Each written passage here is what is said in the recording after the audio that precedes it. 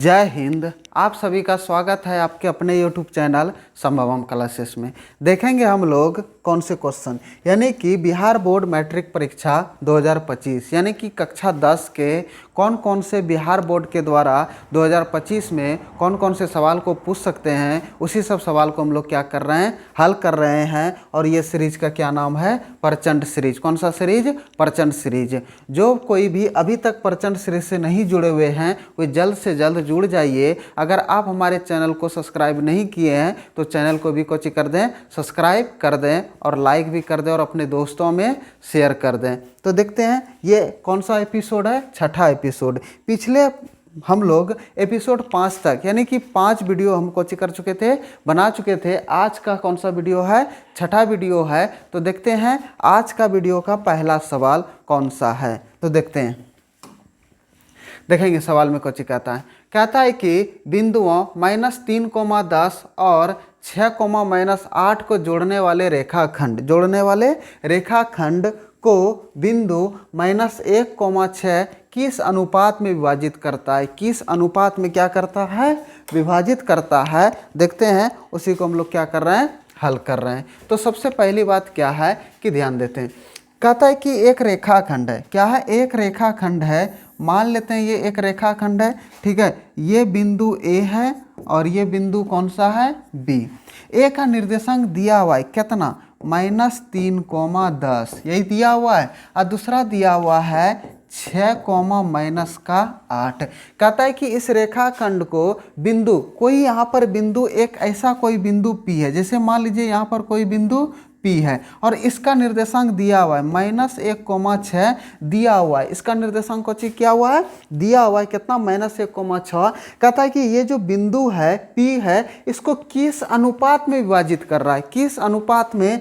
2:3 में, 5:2 में, 4:3 में, किस अनुपात में विभाजित कर रहा है, उसी को हमें पता करना है। क्या करना? पता करना है। तो ये इसमें हम विभाजन वाला सूत्र का प्रयोग कर सकते हैं। कौन वाला सूत्र का? विभाजन वाला सूत्र का। तो हम मान सकते हैं कि इसको कि बिंदु P, माना बिंदु P रेखाखंड AB को K/1 में विभाजित कर रहा है। किसमें? K/1 में विभाजित कर रहा है। तो इसको हम K मान लेंगे और इसको क्या मान लेंगे? 1। तो देखते हैं। अच्छा, इसको हम लोग मान लेंगे x1। क्या मान लेंगे इसको? x1। इसको y1। इसको मान लेंगे x2 और इसे मान लेंगे y2। कोई दिक्कत? तो देखते हैं आगे। देखेंगे विभाजन वाला सूत्र का प्रयोग कर लेंगे। कौन वाला? विभाजन सूत्र। विभाजन वाला क्या होता है? विभाजन सूत्र m1 × x2 अब प्लस का m2 × x1 अब बटे का कौची m1 प्लस का m2। ये होते हैं ये x निर्देशांक के लिए। अच्छा, y निर्देशांक के लिए क्या होता है? m1 × y2 अब प्लस m2 × y1 अब बटे का m1 प्लस का कौची m2। ये होता है हमारा सूत्र। अच्छा, ये तो विभाजन वाला सूत्र था। तो सबसे पहले हमको लिखना है, क्या लिखना है कि माना बिंदु P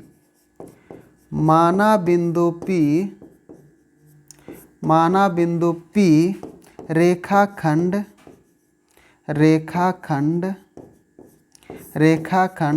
AB को K/1 में विभाजित करता है। क्या करता है? K/1 के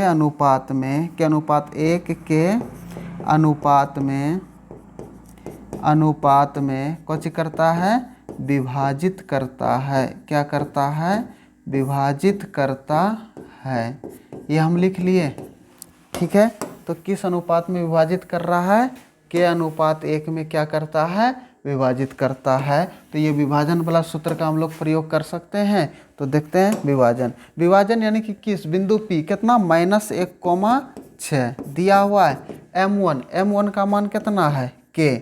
m1 का मान कितना है? K। उसके बाद x2 का मान कितना दिया हुआ है? 6 प्लस m2 का मान कितना है? 1। x1 का मान कितना दिया हुआ है? -3 बटे का K प्लस का 1। और दूसरा मान कितना दिया? m1 का मान K × y2 का मान कितना दिया हुआ है? -8 प्लस m2 का मान कितना? 1। और उसके बाद y1 का मान कितना है? 10 और बटे का k प्लस का 1, क्योंकि m1 प्लस m2, इसको हम लोग कौची मान लेते हैं m1 और इसको क्या मान लेते हैं m2 मानते हैं। तो मान लिए। अब देखते हैं आगे कैलकुलेशन करते हैं। -1,6 बराबर k गुना 6 कर देंगे तो कौची हो जाएगा 6k होगा। ये प्लस ये माइनस, प्लस माइनस माइनस, 3 का 3 तो माइनस का 3 अब बटे का k प्लस का 1 और दूसरा क्या हो जाएगा, ये k के आगे में प्लस और 8 के आगे में माइनस है, प्लस माइनस माइनस, 8 गुना k कर देंगे तो 8k, ये प्लस दोनों प्लस है तो प्लस, 10 है कहाँ 10 और बटे का k प्लस का 1। देखेंगे k का मान या तो x निर्देशांक से या तो y के निर्देशांक से किसी को, यानी कि ये x का मान ये इसके बराबर कर देंगे और ये y इसके बराबर कर देंगे, कहीं से भी हमारा कुछ हो जाएगा मान निकल जाएगा। तो देखते हैं हम -1 x को x के बराबर कर रहे हैं, x को x के बराबर, तो देखेंगे यहाँ पर कौची है -1 बराबर 6k -3 अब बटे का k प्लस का 1, क्रॉस मल्टीप्लिकेशन कर देंगे, माइनस से गुना कर देंगे, एक से जो प्लस में रहेगा माइनस में और जो माइनस में रहेगा प्लस में, -1 गुना k कर देंगे तो माइनस का k, माइनस प्लस गुना कर देंगे तो माइनस, 1 गुना 1 कर देंगे तो 1 और ये 6k -3। अब देखेंगे ये माइनस का 3 है इधर आकर के किस में प्लस में, ये माइनस का k उधर जा कर के प्लस में, तो ये प्लस का 1 और ये प्लस का 3 अब बराबर 6k और ये माइनस में उधर जा कर के किस में प्लस में, तो 3 में 1 चल जाएगा कितना, ये माइनस है तो इधर प्लस सॉरी यहाँ पर माइनस होगा, क्योंकि माइनस प्लस गुना कर देंगे तो माइनस होगा हमारा। देखेंगे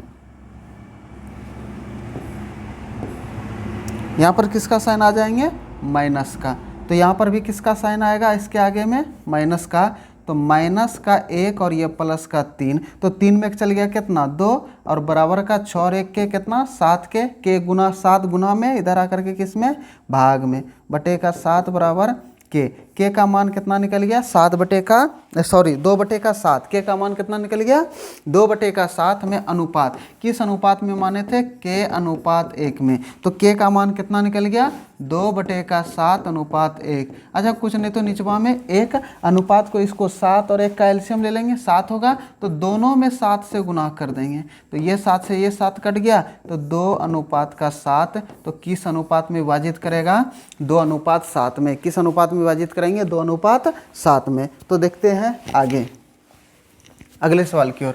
कहता है कि एक घनाभ का कुल पृष्ठीय क्षेत्रफल 758 सेंटीमीटर स्क्वायर है, इसकी लंबाई एवं ऊंचाई क्रमशः 14 सेंटीमीटर एवं 11 सेंटीमीटर है, तो घनाभ का चौड़ाई ज्ञात कीजिए यथा करें। ठीक है, देखेंगे एक घनाभ है, घनाभ में क्या क्या दिया हुआ है, सबसे पहले लंबाई दिया हुआ है, लंबाई दिया हुआ है कितना 14 सेंटीमीटर, कितना सेंटीमीटर 14 सेंटीमीटर, और ऊंचाई दिया हुआ है, कितना दिया हुआ है 11 सेंटीमीटर। हमें चौड़ाई ज्ञात करना है कि इस चौड़ाई का मान क्या होगा, और आगे क्या दिया हुआ है यानी कि क्षेत्रफल, कुल पृष्ठीय क्षेत्रफल दिया हुआ है, वे दिया है कितना 758 सेंटीमीटर स्क्वायर। इसी के मदद से हमें कौची ज्ञात करना है इसकी चौड़ाई, इसकी क्या ज्ञात करना है चौड़ाई। तो देखेंगे तो घनाभ का कुल पृष्ठीय क्षेत्रफल कौची होता है, देखेंगे घनाभ का कुल पृष्ठीय क्षेत्रफल बराबर कौची होते हैं 2 इंटू, ये दिया हुआ है, ठीक है सूत्र लिख लेते हैं, दिया हुआ है कितना 758, सूत्र कौची होते हैं 2 इंटू एल बी प्लस का बी एच प्लस का एच एल बराबर कितना 758, 2 इंटू लंबाई गुना चौड़ाई, चौड़ाई गुना ऊंचाई, ऊंचाई गुना लंबाई, ये होते हैं हमारा कुल पृष्ठीय क्षेत्रफल इनके। तो जब ये होते हैं तो 2 इंटू लंबाई पता है कितना 14, लेकिन क्या चौड़ाई पता है नहीं, तो चौड़ाई के जगह पे b ही रहने देंगे, तो 14 गुना b कर देंगे तो कितना b 14b, और यहाँ पे b है और h कितना है 11, तो 11 h के जगह पे 11 गुना b कर देंगे तो कितना हो जाएगा 11b, h और l, h का मान कितना है 11 और h का मान कितना है 14, और ये बराबर 758 हो जाएगा हमारा। अब देखते हैं आगे, इसे कैलकुलेशन कर लेते हैं आगे। अब यहाँ पे देखेंगे ये 2 गुना में इधर आकर के किस में भाग में, तो देखेंगे तो यहाँ पर बचेगा कौची 14b प्लस का 11b प्लस का 11 गुना 14 करेंगे तो कितना हो जाएगा 11 चौक 44 करी 4, हाथ में कितना बचा 4, 11 4 15, 154 और बराबर का 758 बटे का 2, 2 से कटाएंगे तो 2 तिया 6, कितने बार में 2 सती 14, 1 और 2 नमा 18, तो 14 और 11 को जोड़ देंगे तो कितना हो जाएगा 25b बराबर 379 माइनस का कितना 154, तो ये 25b बराबर कितना हो जाएगा 9 में 4 गए हो कितना 5, यहाँ पर कितना बचा 6, सॉरी बचा नहीं लिया 7, 7 में 5 गया कितना 2 और 3 में गया 2, 25 से कटाएंगे तो कितने बार में कट जाएगा 9 बार में, तो b का मान कितना निकल गया 9 सेंटीमीटर, क्योंकि जब भाग देंगे इसे है देखेंगे कैसे कटाएंगे, या 25b बराबर 225, तो b बराबर कितना 225 बटे का कितना 25, 25 नमा कितना होता है 225, तो b बराबर कितना 9 सेंटीमीटर, तो हमारा जो चौड़ाई निकल गया वह कितना निकल गया हमारा 9 सेंटीमीटर। इस घनाभ की चौड़ाई कितना है 9 सेंटीमीटर। आगे सवाल देखेंगे, कहता है कि सिद्ध करें कि 2 + √3 का होल स्क्वायर एक परिमेय संख्या नहीं है, एक परिमेय संख्या नहीं है। देखेंगे इसको सिद्ध करना है कि ये हमारा कौन सी संख्या है परिमेय संख्या नहीं है, वही सिद्ध करना है। तो देखेंगे क्या है कि 2 + √3 का होल स्क्वायर। अब देखेंगे यहाँ पर कौन वाला सूत्रवा का प्रयोग हो रहा है, a + b के होल स्क्वायर बराबर सूत्रवा का प्रयोग हो रहा है। जब हो रहा है तो a + b का होल स्क्वायर बराबर सूत्र कौन सी होते हैं a स्क्वायर प्लस का 2ab और ये प्लस का b स्क्वायर, यही होते हैं सूत्र a + b के होल स्क्वायर बराबर सूत्र। तो देखते हैं तो इसको हम तोड़ेंगे तो a स्क्वायर, तो a स्क्वायर और प्लस का 2 × a × b और ये प्लस का कौची b स्क्वायर होगा हमारा। अच्छा 2 का स्क्वायर कर देंगे तो 2 दूना 4 अब प्लस ये 2 दूना 4, 4 गुना √3 करेंगे तो 4 √3, आइए स्क्वायर से रूट कट जाएंगे तो कौची बचेंगे 3। अब देखेंगे यहाँ पे जब ये 4 और ये 3 एक जात का है तो 4 3 7 प्लस का 4√3। अब देखेंगे ये तो हमारा परिमेय संख्या है, ये हमारा कौन सी संख्या परिमेय, लेकिन ये √3 है इसमें और गुना में, तो ये हमारा कौन सी संख्या अपरिमेय। तो कभी भी एक परिमेय और कभी भी अपरिमेय आपस में क्या परिमेय के बराबर होगा नहीं होगा, क्योंकि एक परिमेय है और एक दूसरा कौची है अपरिमेय है। तो परिमेय और अपरिमेय का योग क्या होता है अपरिमेय होता है, क्या होता है अपरिमेय होता है। तो लिखेंगे परिमेय और अपरिमेय का योग, अपरिमेय का योग क्या होता है अपरिमेय होता है, कौन सी होता है अपरिमेय होता है, अपरिमेय होता है। तो ये हमारा कौन सी परिमेय संख्या नहीं है, ये हमारा परिमेय संख्या नहीं है, ये परिमेय संख्या नहीं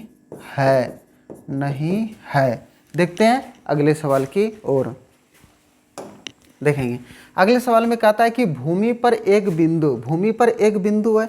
मान लेते हैं कि यहाँ पर क्या है भूमि है और ये एक बिंदु है। कहता है कि जो कि टावर के पाद से 30 मीटर की दूरी पर है, 30 मीटर की। देखेंगे एक टावर खड़ा है, क्या है एक टावर, मान लेते हैं कि यहाँ पर एक टावर खड़ा है, ठीक है। इसका जो पाद बिंदु है और ये जो भूमि पर एक बिंदु है, इसकी दूरी दिया हुआ है कितने मीटर 30 मीटर। कितने दूरी दिया हुआ है 30 मीटर लिख दिए। एक टावर है, अब भूमि पर एक बिंदु है, टावर के पाद बिंदु मतलब कौची नीचे, और भूमि का बिंदु की दूरी कितना है 30 मीटर की दूरी पर है। से टावर के शीर्ष, से टावर मतलब कौची भूमि पर एक बिंदु से टावर के शीर्ष का, भूमि का ये बिंदु है और ये टावर का ये शीर्ष है, यहाँ से इसका उन्नयन कोण, कौन सा कोण उन्नयन कोण 30 डिग्री है। यानी कि ये जो कोणमा हको ये कितना हको 30 डिग्री, कितना 30 डिग्री। तो देखेंगे फिर से सवाल को समझ लेंगे क्या कह रहा है। कहता है कि भूमि पर एक बिंदु, भूमि पर कोई एक बिंदु है यहाँ पर, ठीक है, एक बिंदु है यहाँ पर, ठीक है। कहता है कि जो कि टावर के पाद बिंदु से, इसके बगल में कोई टावर होगा और टावर का पाद बिंदु से और भूमि के बिंदु पर जो कि ये जो पाद से 30 मीटर की दूरी पर है, ये जो टावर का जो पाद बिंदु है और ये जो भूमि का बिंदु है, यहाँ से यहाँ तक की दूरी कितना है, 30 मीटर है। कितना मीटर है, 30 मीटर। से टावर, से टावर मतलब कोची, भूमि पर एक बिंदु से टावर, ये भूमि का एक बिंदु है, से टावर के शीर्ष, शीर्ष मतलब कोची, ऊपर वाला का उन्नयन कोण, यहाँ से कितना कोण, उन्नयन कोण 30 डिग्री है। तो टावर की ऊंचाई ये h ज्ञात करना है, यहाँ से लेकर के यहाँ तक। नामकरण कर सकते हैं A, B और ये C। हो गया हमारा। तो देखते हैं आगे, देखेंगे इसमें थीटा का मान कितना डिग्री दिया हुआ है, 30 डिग्री। और थीटा के जस्ट सामने वाली भुजा कौची होता है, लंब का मान कितना दिया हुआ है, h मीटर। अच्छा 90 डिग्री, यहाँ पर कितने कोण का बन जाएगा, 90 डिग्री। और जस्ट सामने वाली भुजा ये कर्ण हो जाएगा, तो ये कौची हो जाएगा, आधार। तो आधार हमारा दिया हुआ है, कितना दिया हुआ है आधार हमारा, 30 मीटर। कितने मीटर दिया हुआ है, 30 मीटर। तो यहाँ से जिसमें लंब और आधार दिखे तो किसका प्रयोग होता है, tan का। किसका प्रयोग होता है, tan का। तो यहाँ पर लिखेंगे कौची कि tan थीटा बराबर कौची होता है, लंब बटे आधार, लंब बटे का आधार होता है हमारा। tan थीटा का मान कितना डिग्री, 30 डिग्री। लंब का मान कौची, h। आधार का मान कितना, 30। अब देखेंगे tan 30 का मान कितना होता है, 1/√3 बराबर h बटे का कितना, 30। इसको कुछ नहीं है तो इसको हम क्रॉस मल्टीप्लिकेशन कर सकते हैं। तो देखेंगे क्रॉस मल्टीप्लिकेशन करेंगे तो √3 गुना h करेंगे तो कौची, √3h। और 30 गुना 1 कर देंगे तो कितना, 30। पहले इसको इसमें गुना करके इधर लिखते हैं, इसको इधर गुना करके इधर, लेकिन इसको इधर लिखे या तो उसको उधर लिखे, कोई फर्क नहीं पड़ेगा। तो h बराबर हमारा कितना हो जाएगा, 30 बटे का √3। √3 को नीचे रखते नहीं है, इसलिए हर का परिमेयकरण कर देंगे, इसको ऊपर नीचे कोची कर देंगे, गुना कर देंगे। तो ये 30 गुना ये √3 अब बटेगा, √3 गुना √3 करेंगे कितना, 3। ये 3 दशांश कितना हो जाएगा, 30। तो h बराबर कितना निकल गया, 10√3 मीटर। ठीक है, ये किसका मान निकल गया, टावर की ऊंचाई। टावर की ऊंचाई का मान कितना निकल गया, 10√3 मीटर। देखते हैं अगले सवाल की ओर। कहता है कि 10.5 सेंटीमीटर त्रिज्या के वृत्त के त्रिज्या खंड का क्षेत्रफल। देखेंगे एक सर्कल है, एक त्रिज्या खंड है। देखते हैं ये हमारा कौची है, यहाँ से यहाँ तक ये त्रिज्या खंड है। ठीक है, इसको हम लघु त्रिज्या खंड बोलते हैं। ठीक है, इसका क्षेत्रफल दिया हुआ है, इसका क्षेत्रफल दिया हुआ है, कितना दिया हुआ है, 69.3 सेंटीमीटर स्क्वायर। ठीक है, और उसके बाद इसका त्रिज्या दिया हुआ है 10.5। ये त्रिज्या हो जाएगा हमारा, ये कितना दिया हुआ है, 10.5, और ये भी कितना, 10.5 दिया हुआ है। तो केंद्रीय कोण ज्ञात करें। यहाँ पर ये कितने डिग्री कोण का निर्माण होगा, ये उसी का मान हमें कौन करना है, ज्ञात करना है। तो देखेंगे लघु त्रिज्या खंड का क्षेत्रफल बराबर, सूत्र क्या होते हैं, लघु त्रिज्या खंड का होता है थीटा बटे 360 गुना पाई आर स्क्वायर। देखेंगे हमें थीटा का मान चाहिए, तो ये पाई का मान पता है 22/7, जब तक आर का भी मान पता है कितना, 10.5, और क्षेत्रफल भी हमें पता है। तो इसके यहाँ से हम लिख सकते हैं, देखेंगे आर का मान हमें पता है कितना, 10.5 सेंटीमीटर। एरिया यानी कि क्षेत्रफल हमें पता है वह कितना दिया हुआ है, 69.3 सेंटीमीटर स्क्वायर। हमें थीटा का मान चाहिए, थीटा बराबर वाट, यही चाहिए कि नहीं।